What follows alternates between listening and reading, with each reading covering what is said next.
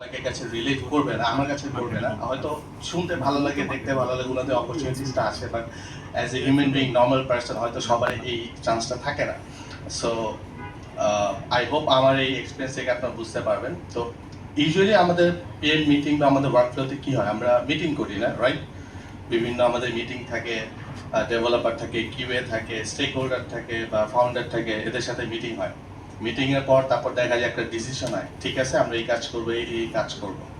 এরপর কি হয়, এরপর আমরা পিএমরা স্পেসিফিকেশন লিখি, ওয়ার ফ্রেমিং করি, ওইটা দেখাই, ওইটার ফিডব্যাক নিই, ওইটা আবার রিফাইন করি। রিফাইন করার পর দেন এটা ফাইনালি আমরা আমাদের প্রজেক্ট ম্যানেজমেন্ট যে বডি আছে, সেটা জিরা হোক, আসানা হোক, নোশন হোক, গিটহাব প্রজেক্ট হোক, এগুলোতে আমরা এন্ট্রি করি। এভাবে প্রসেসটা যায়। এটা কিন্তু আপ আনটিল চ্যাট জিপিটি আসার আগ পর্যন্ত এই জিনিসটা মোটামুটি এরকমই ছিল সবাই। সো এআই আসার পর কি হয়ে গেছে, ও বাই দ্য ওয়ে, আমরা কিন্তু অ্যাজ এ পি আমাদের কিন্তু মার্কেট রিসার্চ করতে হয়।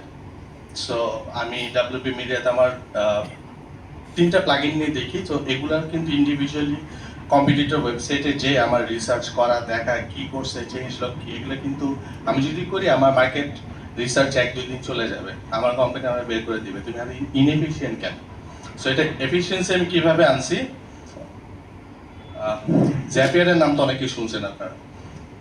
তো জ্যাপিয়ারে যাই, যাওয়ার আগে আমি একটা জ্যাপ ক্রিয়েট করি। জ্যাপে থাকে যে ঠিক আছে আমি এই কোম্পানি, এই ইউআরএল, এই ইউআরএল এর নতুন কি ব্লগ পোস্ট, কি চেঞ্জ লগ আসছে, বা নতুন কি প্রোডাক্ট অ্যানাউন্সমেন্ট আসছে, এই সবগুলো তুমি কম্পাইল করবা। কম্পাইল করে তুমি আমাকে সামারি করবা, 1 লাইনের সামারি। সামারি করে সামারির লাস্ট এন্ডে শুধু একটা লিঙ্ক দিবা সামারির সোর্সটা, যে সামারিটা করছে 1 লাইনের, এই কোম্পানি এ একটা প্রোডাক্ট আনছে এই বিষয়ে, এই হলো লিঙ্ক। আমাকে ইমেল করবা উইকলি বেসিস। সো আমি যেটা 2 দিনে কাজ করতাম সেটা আমার কিন্তু 1 মিনিটে হয়ে যায় অটোমেটেড সিস্টেমে, এবং এটা আমি 3টা প্রোডাক্টের জন্য করি। সো আমাদের 2 দিনের সময়টা বেঁচে গেল। কম্পিটিটর রিসার্চ ডান। তো কম্পিটিটর রিসার্চ ডান হওয়ার পর এরপর কি মিটিং হয়। মিটিংয়ে কথা বলি, আচ্ছা দেখলাম ওই কোম্পানি এই প্রোডাক্ট ফিচার নামাচ্ছে, তো আমরা কি করব। সো মিটিংয়ে আবার কথা হয়। সো মিটিং ইউজুয়ালি কি হতো, আগে আমরা লিখতাম, কথা বলতেছি, লিখতেছি। এখন কিন্তু সেটা করি না। এখন যেটা করি যে এটা এটা অলমোস্ট কমন যে সবাই এআই টুল ইউজ করে, মিটিং মিনিটসটা লেখা হয়। সো মিটিং মিনিটস থেকে আমি স্ক্যান করে বুলেট ওইটা চ্যাট জিপিটিতে দিয়ে ওটা জাস্ট একটা সামারি করি, করে যখন এরপর আমরা যখন ফিক্স হয় যে ঠিক আছে আমরা স্পেসিফিক এই ফিচারটা নিয়ে কাজ করব, এটা আবার এআইতে কিভাবে আমার টাইমটা বাঁচাই, জ্যাপিয়ারে যাই, জ্যাপ ক্রিয়েট করি।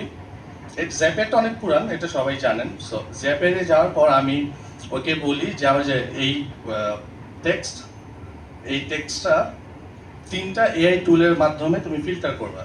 সো আমার এক্সপিরিয়েন্স থেকে চ্যাট জিপিটি, তারপর পারপ্লেক্সিটি এআই, আর কোডিং বেস যদি হয় ক্লড এআই আছে, আর যদি কোডিং বেস না হয় বা টেকনিক্যাল না হয় সেক্ষেত্রে মাইক্রোসফট কো পাইলট ইউজ করি। সো 3টা দিয়ে ডেটাটা পাইপলাইন দিয়ে ফিল্টার্ড হয়ে আমাকে তুমি একটা প্রোডাক্ট স্পেসিফিকেশন দিবা। সো বেসিকলি একজন প্রোডাক্ট ওনারের যে কাজ, প্রোডাক্ট স্পেসিফিকেশন লেখা, দেখানো, দেন প্রোডাক্ট ম্যানেজারকে পাঠানো, প্রোডাক্ট ম্যানেজার সেটা ভেরিফাই করে আপনাকে দিবে।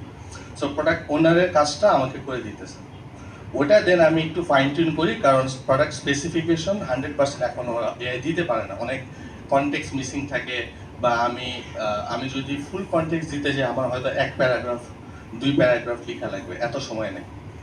ওইটা আমি ফিল্টার করে যখন আমার প্রোডাক্ট স্পেসিফিকেশন টেক্সট রেডি হয়, ওইটা আমি দেন আবার কপি করি। উইনজিকাল এআই আছে যেটাতে প্রোটোটাইপিং করা যায়, অথবা ফিগমা এআই আছে, ফিগমা এআই আমি টেক্সটটা ঢুকাই দিই, ওরা এটা বেস করে আবার টোটাল প্রোটোটাইপিংটা রেডি করে। সেখানেও আমার ম্যানুয়ালি ইনপুট দেওয়া লাগে, ঠিক আছে এটা ঠিক হয়নি, এটা ঠিক হয়নি, এটা কাটো, এটা বাদ দাও। সো এই 2 জায়গায় আমি এখন পর্যন্ত দেখি বটলনেক আছে, যে এআই নিয়ে কাজ করা মানে আমার ক্ষেত্রে টোটাল জিনিসটা অটোমেটেড হয় না। তো এতক্ষণ যে বললাম শুনতে অনেক ভালো লাগলো না, ঠিক আছে এই যে ধূপধাপ কাজ করে ফেলছি, এর মাঝখান দিয়ে কিন্তু ইন্ডাস্ট্রিতে 1 টাইপ অফ পার্সনদের জব চলে গেছে, প্রোডাক্ট ওনার। আমি হয়তো পার্সোনালি মনে করি, আপনারা হয়তো ডিসএগ্রি করতে পারেন, এই যে স্পেসিফিকেশন লিখা, একটা ফিচারে গ্রুমিং করা, প্রোটোটাইপিং করা, এটা কিন্তু product owner most of the কাজ।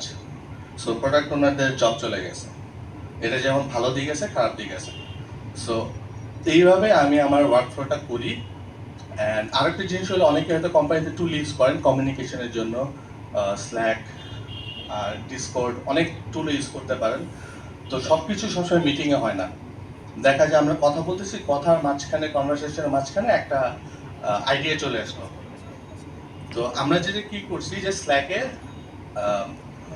ইন্টিগ্রেট করে নিছি। স্ল্যাকে যখন আমরা কমিউনিকেশন করে হাজারটা কথা বলে যখন একটা আইডিয়া ফিক্সড হয়, ওই আইডিয়াতে আমি জাস্ট আমার ওই ইন্টিগ্রেশনের একটা আইকন আছে, আইকনটা ক্লিক করি।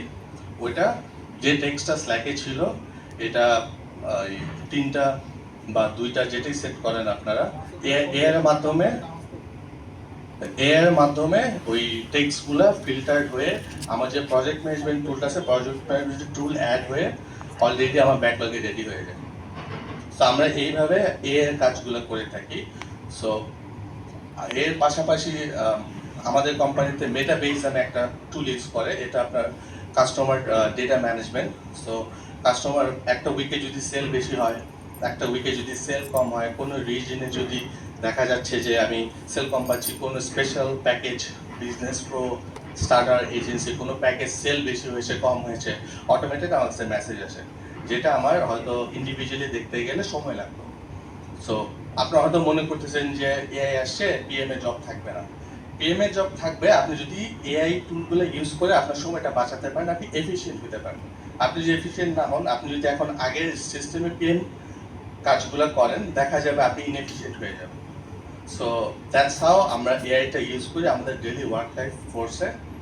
So that's from myself. আপনাদের যদি কোনো কোয়েশ্চেন থাকে করতে পারেন।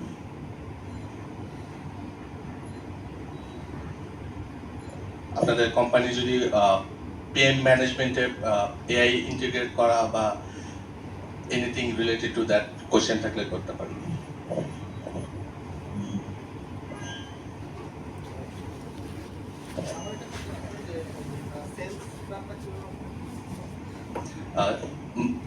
কোশ্চেন করেছি যে সেলস, আচ্ছা, সেলসের ডেটাটা কিভাবে অটোমেট করি। সো ওই আমরা মেটাবেস একটা টুল ইউজ করি। সো ওই টুলটার সাথে এআই ইন্টিগ্রেট করে দেওয়া। সো ওখান থেকে আমরা জাস্ট ট্রেন্ড, ওর কাছে সব সেলস ডাটা থাকে। হ্যাঁ ওর কাছেই থাকে। সো আমাদের রিগার্ডলেস ওয়েবসাইট থেকে সেল হোক, প্লাগইনের ড্যাশবোর্ড থেকে সেল হোক, সবগুলার ওইভাবে ডেভেলপার সেট আপ করে দিয়ে দিছে। ওখান থেকে জাস্ট কোনো আমাদের ট্রিগার দেওয়া আছে যে এই মাসে যদি এত বেশি সেল হয় বা এই উইকে এত বেশি, স্পেসিফিক প্ল্যান, স্পেসিফিক রিজন যদি সেল হয় বেশি, সেক্ষেত্রে আমাকে তুমি একটা ট্রিগার দিবা। সো এইভাবে অটোমেটটা করা। আচ্ছা আচ্ছা, হ্যাঁ বলেন। মানে ধরেন যে কোনো ওয়ার্ডপ্রেস প্লাগইনের ক্ষেত্রে মানে অ্যাপ্রোচটা কি হওয়া উচিত, যে এই প্লাগইন আসলে এআই এর ইউজটা কতটুকু হবে বা আদৌ হওয়া উচিত কিনা? এটা এখন অনেক বেশি ট্রেন্ডিং আছে, আর এখন কম প্রোডাক্ট নামাইছি মানে এআই লাগতে হবে, এআই ছাড়া প্রোডাক্ট হয় নাকি, আমি তো খ্যাত। এটা আসলে ভুল।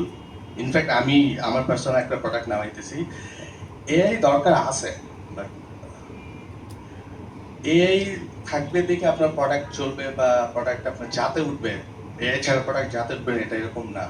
আপনার আপনার কোর প্রোডাক্টের এমভিপিটা চিন্তা করবেন, সেটা যদি আপনার কি বলে ইউজার স্যাটিসফাই করতে পারে, সেক্ষেত্রে আপনি নেক্সট ফেজে যে এআই ইন্টিগ্রেট করতে পারবেন। নট নেসেসারি আপনার ডে ওয়ান থেকে এআই লাগবে, বাট হ্যাঁ এআই থাকা ভালো, বাট নট নেসেসারি আপনার প্রোডাক্ট এখন লঞ্চ করা মানে এআই দিয়ে প্রোডাক্ট লঞ্চ করবেন আপনার।